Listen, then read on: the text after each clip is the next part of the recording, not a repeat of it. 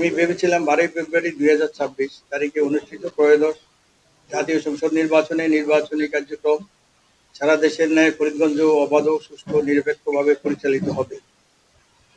Vote গ্রহণ আরম্ভ হওয়ার পর আমার নিজ ভোটকেন্দ্র কাউনিয়া হাবিবুল্লাহ ভোটকেন্দ্রে পরিবারের সদস্যদের সাথে নিয়ে ভোট প্রদান করে আমি বিভিন্ন ভোট কেন্দ্র পরিদর্শন করি এবং সবগুলা ভোট কেন্দ্রে নারী ও পুরুষের স্বতঃস্ফূর্ত উপস্থিতি দেখতে পাই। দুপুরের পর আমি সোল্লা, গড়িয়ানা, মুন্সিরহাট কেন্দ্র পরিদর্শন ও দেখতে পেয়েছি সেখান থেকে ধানের শীষের এজেন্টদের বের করে দেওয়া হয়েছে। তাছাড়া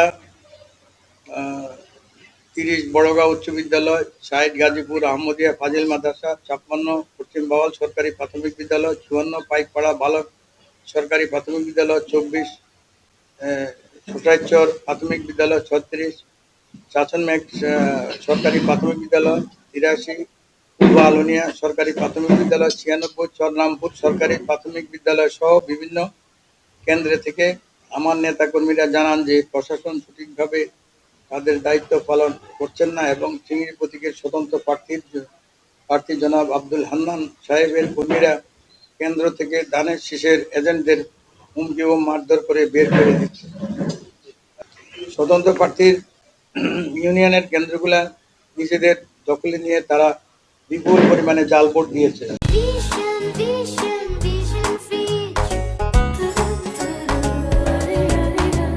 আমি আপনাদের মাধ্যমে নির্বাচন কমিশন সহ সংশ্লিষ্ট কর্তৃপক্ষের দৃষ্টি আকর্ষণ করছি, স্বতন্ত্র প্রার্থীর ইউনিয়নের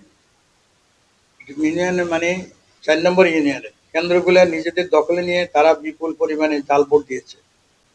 আমি আপনাদের মাধ্যমে নির্বাচন কমিশন সহ সংশ্লিষ্ট কর্তৃপক্ষের দৃষ্টি আকর্ষণ করছি, আপনারা একটি উচ্চ ক্ষমতা সম্পন্ন নিরপেক্ষ টিম গ্রহণ করে বিষয়টি তদন্ত করুন এবং সিসিটিভি পর্যবেক্ষণ করুন।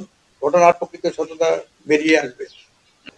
অধিকাংশ কেন্দ্রে ধানের শীষের বিজয় হওয়ার পরেও মাত্র কয়েকটি কেন্দ্রের স্বতন্ত্র প্রার্থীর এত বিপুল ভোটের ব্যবধান শুধু কারচুপি করেই সম্ভব। 12 তারিখ মধ্যরাত অবধি আমি উপজেলার সহকারী রিটার্নিং অফিসারের হলরুমে নির্বাচন কাজে ব্যস্ত ছিলাম। আমি যেহেতু বিএনপি প্রার্থী, আমি প্রতিটি কেন্দ্রে সুষ্ঠু নির্বাচনের লক্ষ্যে নেতৃত্ব দিয়েছি। তারপরও এই ধরনের আচরণকে আমি তীব্র নিন্দা জানাচ্ছি।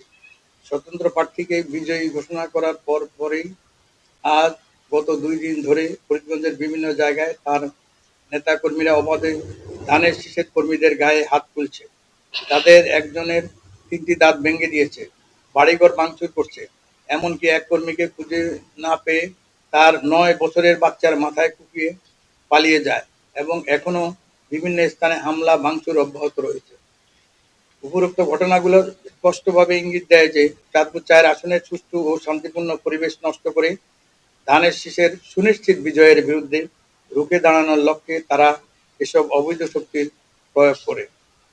আমি ইতিমধ্যে সংশ্লিষ্ট কর্তৃপক্ষের বিষয়টি অবহিত করেছি। ফরিদগঞ্জবাসীর সার্বিক নিরাপত্তার স্বার্থে আইন শৃঙ্খলা বাহিনীকে বলবো অনতিবিলম্বে প্রয়োজনীয় ব্যবস্থা গ্রহণ করে পরিস্থিতি নিয়ন্ত্রণ করুন।